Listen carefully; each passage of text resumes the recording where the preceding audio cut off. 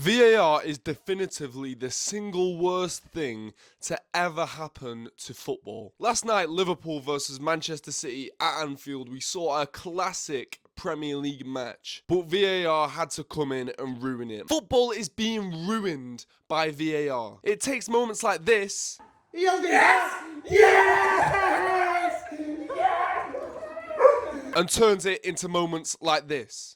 That's ridiculous because, like I say, what involvement did they have in that ball going in the net? It genuinely takes the joy out of the game. It takes the magic out of the game. When you get a goal, you can't just celebrate it like you normally would. You have to wait and see if VAR are going to check it for some stupid decision. It's absolutely ridiculous. And without it, we would be much better off as football fans. Not only does it get 60% of decisions wrong, it also takes about 10 minutes to get to the final decision, taking the sting out of the game, killing the atmosphere in the ground, and making everyone bored of football. So I've just done a little bit of research and searched up what is VAR for in football, and this is the definition is given back to me. VAR, video assistant referee in football, helps on-field referees by reviewing key incidents, goals, penalties, red cards, mistaken identity, using video replays to correct clear and obvious errors with the referee having the final say. Clear and obvious errors being the key words there. So with that being said, I'm going to have a little look at some recent cases where VAR has ruined Manchester City's football games, considering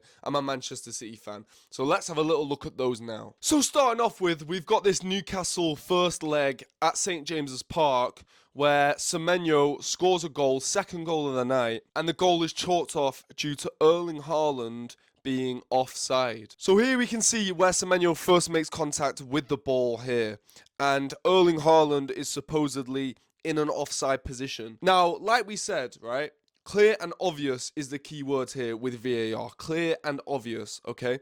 So tell me what is clear and obvious about Erling Haaland being offside here, because to me, he might be maybe a pixel onside, maybe a pixel offside. I genuinely cannot tell. I can't even tell whose boots whose, right? This is so unclear and unobvious. I cannot even tell who is who in terms of whose boot belongs to who. And secondly, I don't actually think he's impeding the goalkeeper at all here. He stood next to the defender, and it looks like they're having a little tussle going on there. I don't think that's impeding the goalkeeper one bit. So then the referee makes his final decision and tells us that Semeno's goal is going to be chalked off because Erling Haaland is offside. And on the TV, we get this image here coming up of the lines that have been drawn by VAR. So this blue line, I think, is supposedly, you know, the line at which the last defender is, the boot of the last defender. I'm pretty sure. I don't actually know. But to me, it looks like this is the last defender's boot. And this is Erling Haaland's boot, this white boot here, right? I actually can't tell. This is how unclear and unobvious it all is, right? This orange boot belongs to Shaw or someone like that. I actually don't know who that is. Like I say, this white boot belongs to Erling Haaland. Tell me how that is offside. I don't know. I don't understand it. And VAR took about 5 minutes to come to the decision that this was offside. 5 minutes taken out of the game to make this decision and to chalk Semeno's goal off due to an offside. Honestly, mate, how on earth is this clear and obvious? It's ridiculous. And if it's taking you 5 minutes to come to the decision that it's offside, that's the clue that it is not clear and obvious. Stay with the on-field decision of the goal. But listen, we can look past that. VAR, you're allowed to have one mistake, maybe two mistakes in a season. But, I mean, even that, it's supposed to be to correct decisions. It shouldn't be making any mistakes, realistically. Alas, one game later, we face United at Old Trafford. It's 0-0, and Jeremy Doku has the ball on the left wing, and Diogo Dalot sticks his studs straight up into Jeremy Doku's knee, as we can see here. Now, for me, this is a blatant red card. It's so obviously a red card. Anyone who knows anything about football knows that this is a red card. It's a high challenge. His studs are up. It's dangerous. It's got the potential to cause a serious injury here.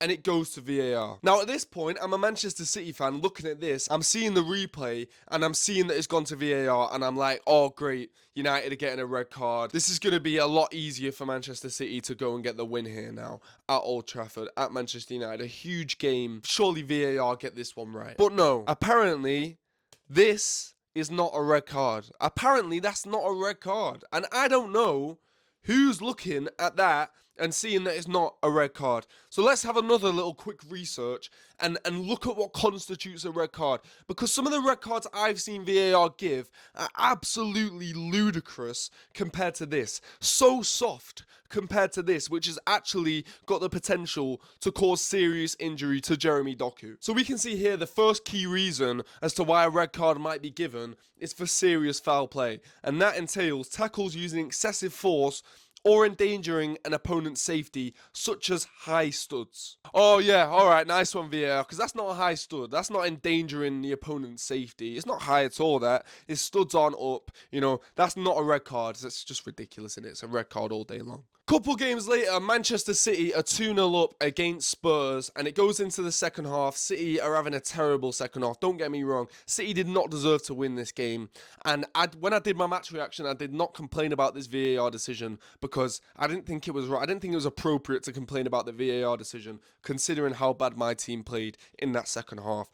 But for this video, I'm going to look back at this and slate VAR here because this was a ridiculous decision. So Dominic Solanke has the ball here. He takes a bit of a heavy touch and Guehi gets his leg in the way to potentially clear the ball or get the ball under control, something to prevent the ball going in the back of the net. Dominic Solanke continues to follow through with his leg into Mark Guehi's leg. That hits the back of Mark Guehi's calf, and subsequently Mark Guehi's foot touches the ball and the ball goes into the back of the net. So that is all because Dominic Solanke kicks Mark Guehi in the back of the calf. So that's one instance where an actual foul in the build-up to a goal should have caused the goal to be chalked off. But then we go to Liverpool versus Manchester City at Anfield. Manchester City are 2-1 up. It's the last kick of the game. Alisson has come up for a corner and Manchester City have managed to get the ball. It's an open net. Ryan Cherky passes the ball into the back of the net, and in the build-up to that ball going in, Dominic Szoboszlai and Erling Haaland are in a foot race to try and make sure that goal either goes in or, in Dominic Szoboszlai's case, doesn't go in. Here we can see Dominic Szoboszlai pulling Erling Haaland back very clearly, very obviously pulling Erling Haaland back, pulling on his shirt, you know, trying to slow him down so he can't get to the goal. And in doing so, he kind of pulls himself forward. So here, Dominic Szoboszlai and Erling Haaland are somewhat level, and Haaland's seen Dominic Szoboszlai getting past him. Bear in mind, an advantage should have been played at this point to Manchester City, considering Szoboszlai has fouled Erling Haaland. Szoboszlai gets past him a little bit here, and Erling Haaland grabs his shirt a little bit, you know, he gives him a little bit back, you know, it's football, it's a contact sport, right? He pulls his shirt a little bit, the ball's already going in, and the ball ends up in the back of the net. But what do VAR do, you might be asking? What do VAR do in the last minute of the game where I'm jumping all over the kitchen, I'm screaming, I'm so happy that Manchester City have scored the third goal, and it goes to VAR. They chalk the goal off because I don't even know why. I genuinely don't actually really know why. Is it because Dominic Szoboszlai fouls Erling Haaland and then Erling Haaland decides to pull his shirt back a little bit going into the goal? I mean, it's just flipping ridiculous. It's absolutely ridiculous, and it ruins the game. Dominic Szoboszlai gets a red card. The game goes on for another 5 minutes, and the goal's chalked off. So who wins there apart from the referee making the game all about him once again? And it's the same old story with these referees, making the game about them. That's what they do every single time. They make it all about themselves, and I'm sick of it. VAR needs to be banned. It needs to be gone. I don't ever want to see VAR in a football match ever again. It's ridiculous. Thank you lot for watching this video. I am absolutely fuming after watching that. I need to go and chill out because that has just really, really pissed me off, and now my day is slightly worse. But I've just got to think City won at Anfield yesterday, and that'll cheer me up a little bit. But thank you lot for watching. Please drop a like, please subscribe. It massively helps me out, and I'll see you lot in a bit.